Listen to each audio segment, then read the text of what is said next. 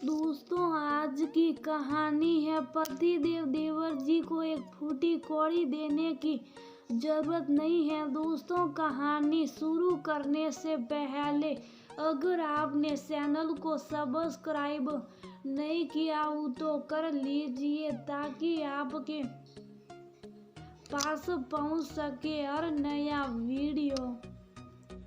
बहू, आज ऑफिस से आने में इतनी देर कैसे हो गई? तुम्हारा ऑफिस तो 6 बजे खत्म हो जाता है क्या? आज फिर अपने मायके की तरफ रुख कर लिया था। सास मधुरा जी ने तंज कसते हुए बोला, मम्मी जी, रोहन की कॉलेज में फंक्शन था। पापा शहर से बाहर थे इसलिए वहीं गई थी। सरल सा जवाब देकर मालिनी चुप हो गए क्योंकि उसे पता था ये रोका टोकी रोज की है। बहू, तुम्हारे पास तो हर बार एक तंगड़ा बहाना होता है जिसे सुनकर तुम्हारी बेचारी सास चुप हो जाती है। मगर तुम इस घर की बहू बन चुकी हो। माना तुम पढ़ी लिखी नौकरी पेशा लड़की हो, मगर शादी के बाद एक लड़की को मायके का मुंह छोड़ देना चाहिए। जो करना है वह तुम्हारे पिता खुद संभाले। तुम क्यों हर बार उनके एक इशारे पर दौड़ी चली जाती हो? ससुर देवी प्रसाद कहाँ पीछे रहने वाले थे?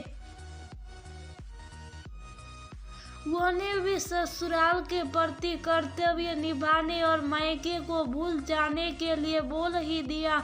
राम शरण जी की पत्नी लगभग 4 साल पहले गंभीर बीमारी के कारण चल बसी। उनके 3 बच्चे मालिनी, रागिनी और रोहन थे।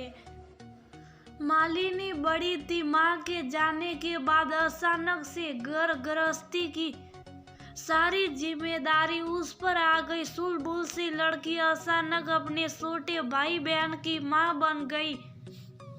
घर की जिम्मेदारियों के साथ उसने पिता की रुपया पैसा संभालने में मदद की।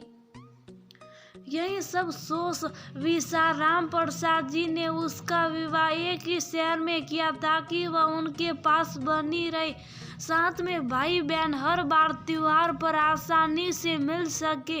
अभी उसकी शादी को 6 महीने हो चुके हैं, मगर इन 6 महीनों में उसके सास ससुर और पति को मालिनी का बार बार मायके जाना बिल्कुल पसंद नहीं। वे हर बार दबी जबान में उसे मायके न जाने पर जोर देते हैं। मालिनी बहुत समझदार लड़की है, उसे सबकी बातें समझ में आ रही थी, लेकिन उसने सोचा नई जगह पर ढलने के लिए वक्त लगता है, इसलिए वह ससुराल में हर किसी को खुश करने की कोशिश में लगी रहती। सास को परेशानी ना हो इसलिए नाश्ता और खाना बनाकर जाती। शाम को आकर भी रसोई संभालती। इसी बीच देवर ननद सभी की फरमाइशों को भी पूरा करने की कोशिश करती। पति के शिकवे शिकायत दूर करने की पूरी कोशिश करती रहती, पर लगता है कोई भी उससे खुश नहीं था। हाँ बहू, तुम्हारे ससुर जी सही कहते हैं। जब से तुम यहाँ आई हो तुम्हारा सारा मन तुम्हारे मायके में लगा रहता है। पहले तो मैं कुछ नहीं बोली, लेकिन मुझे तुम्हारा यहाँ रहकर वहाँ फोन पर बातें करना बिल्कुल पसंद नहीं। छोटी छोटी बातों पर मायके दौड़ी चली जाती हो। माना पिता भाई बहन है, लेकिन अब तुम ससुराल वाली हो गई हो। क्यों तुम्हारा बार बार वहाँ जाना बातें करना अच्छा नहीं? मम्मी जी, पापा जी, आप तो जानते ही हैं मेरे पापा अकेले हैं, अभी भाई बहन भी छोटे हैं, शादी में कहाँ कितना खर्च हुआ। सारी तैयारियां मैंने और पापा ने ही देखी थी। अभी कुछ दिन पहले ही हमने होटल ज्वेलर का हिसाब किया और फिर पापा के महीने का हिसाब किताब भी मैं ही देखती हूँ, इसलिए उन्हें बार बार मेरी ज़रूरत पड़ती है। बहू, ये सब बहाने हैं। तुम तो ना जाने कितनी बार यही नहीं अपनी सहेलियों के साथ घूमने निकल जाती हो, किसी को घर लेकर चली आती हो, तुम्हें समझ में नहीं आता तुम ससुराल में रहती हो या मायके के नियम कायदे नहीं चलते, तुम लड़की नहीं हो, बहू और उसी तरह रहो। मैं तो कहती हूँ जितना जल्दी हो सके मायका भूलकर पूरी तरह ससुराल की हो जाओ। और ऐसा कुछ नया नहीं है, हम भी तो सखी सहेली माँ बाप सब भूलकर पूरी तरह समर्पित हैं।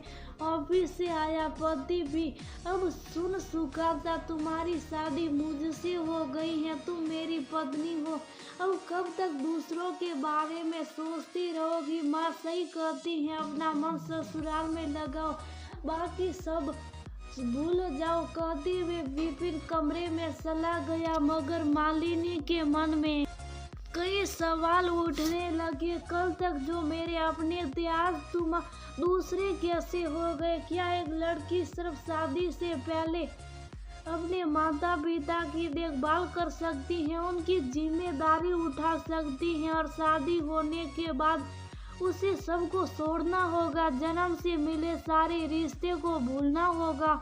ऐसे कैसे? जब एक लड़की की शादी होती है तो वह भी पति बनता है। क्या पत्नी मिलते ही वह सारे रिश्ते भूल जाता है? माता पिता भाई बहन रिश्तेदार अड़ोस पड़ोस दोस्ती यारी सब कुछ छोड़ देते हैं? नहीं ना, तो फिर एक लड़की से अपेक्षा क्यों की जाती है? आज जहाँ जमाना लड़का लड़की को बराबरी का दर्जा दे रहा है, कंधे से कंधा मिलाकर चलने की बात कर रहे हैं, वहीं आज भी लोगों की सोच में कोई बदलाव नहीं हुआ है। अभी भी बेटी और बहू में भेदभाव करते हैं, बहू की जिम्मेदारी सिर्फ ससुराल तक है ऐसी सोच रखते हैं, मगर जहाँ बेटी है मायके में हर जिम्मेदारी को बखुद भी निभाया, शादी होने के बाद निभाने से पीछे क्यों हट जाए? यही सोच मालिनी अगले दिन भी ऑफिस निकल गई। कुछ दिन बाद पापा मम्मी का हेल्थ चेकअप करवाना है, साथ में दीदी जीजाजी और बच्चे भी आ रहे हैं, छुट्टियों में उनको भी घुमाने ले जाना है। और राजू छोटा भाई कुल्लू मनाली जा रहा है, उसके खाते में भी पैसे ट्रांसफर करने हैं। इस बार तो पूरे महीने का बजट हिला हुआ है और मुझे सिटी मिलेगा, सबको खुश कर ही दूंगा। आखिर में कमा किसके लिए रहा हूँ? खुश होते हुए विपिन ने कहा। आज मालिनी को बदला लेने का बहाना मिल ही गया, बड़ी मासूमियत से बोली, सुनो विपिन, तुम्हें मम्मी पापा के चेकअप कराने की क्या जरूरत है?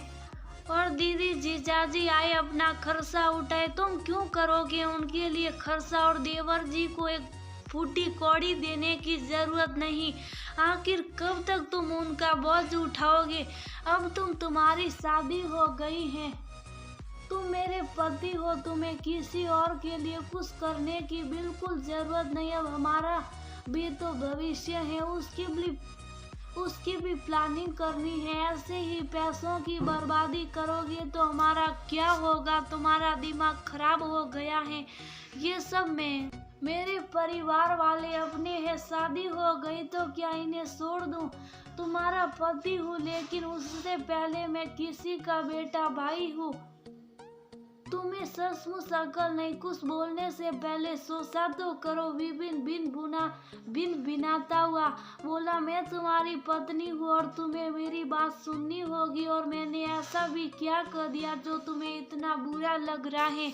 तो मुझे इतनी बातें सुना रहे हो? मालिनी, मैं सिर्फ तुम्हारा पति ही नहीं हूँ, किसी का बेटा भाई दोस्त भी हूँ। इतनी सी बातें समझ में क्यों नहीं आती? जो जब देखो कहीं भी आने जाने पर मुझ पर रोक टोक लगाती हो, किसी को फोन पर बात नहीं करने देती, मेरे साथ किसी फंक्शन में चलने को इनकार कर देती हो। शादी के बाद क्या लड़का से पति बनकर रह जाता है, बाकी सबसे रिश्ता तोड़ लेता है? बताओ, मैंने ऐसा भी क्या गलत बोल दिया जो आपको इतना बुरा लग रहा है? ये सब तो मेरे साथ रोज होता है, आप छोड़िए। मम्मी जी, पापा जी, दीदी, भैया सब करते हैं मेरे साथ। जिस दिन से मैं यहाँ शादी करके आई हूँ तब से मेरे साथ रोज हो रहा है। अगर वैसा ही मैंने 2-4 बार आपके साथ कर दिया तो आपको इतना बुरा क्यों लग रहा है? अब विपिन को सब समझ में आ चुका था। जो इतनी महीनों से वह और उसकी माँ पापा मिलकर उसे उसके मायके वालों से मिलने जुलने पर बेवजह रोक टोक लगाते हैं। जब भी वह उनके पास जाती, फोन या मदद करती तो रोक टोक लगाते, न जाने कितने कुछ सुना दे, यहाँ तक कि उसकी परवरिश पर भी उंगली उठाते। मगर जब अपने साथ ऐसा व्यवहार हुआ तब पता चला कि मालिनी के साथ कितना गलत हो रहा है। अब रिश्ते हैं तो निभाने तो पड़ेंगे, शादी होते ही तोड़ थोड़ी ना दिए जाएंगे। मालिनी सच में मैं बहुत शर्मिंदा हुई। इतनी छोटी सी बात मेरी समझ में क्यों नहीं आई? जैसे लड़के के परिवार वाले होते हैं वैसे ही लड़की के परिवार वाले होते हैं। फिर क्यों शादी होते ही लड़की अपने सारे रिश्ते नाते मायका भूल ससुराल की होकर रह जाए? मुझे माफ करो, आगे से तुम्हारे परिवार वालों की जितनी बन पड़ेगी उतनी मदद मैं भी करूँगा। आखिर वो मेरा भी परिवार है, जैसा मेरा परिवार तुम्हारा परिवार है। मुझे बेहद खुशी है कि आपने समझा। मुझे आपकी माफ़ी नहीं चाहिए, बस बात इतनी सी है, जैसा आपको लगता है कि आप सिर्फ मेरे पति नहीं किसी के बेटे भाई दोस्त भी हैं, वैसे ही मैं सिर्फ आपकी पत्नी नहीं किसी की बेटी बहन सहेली भी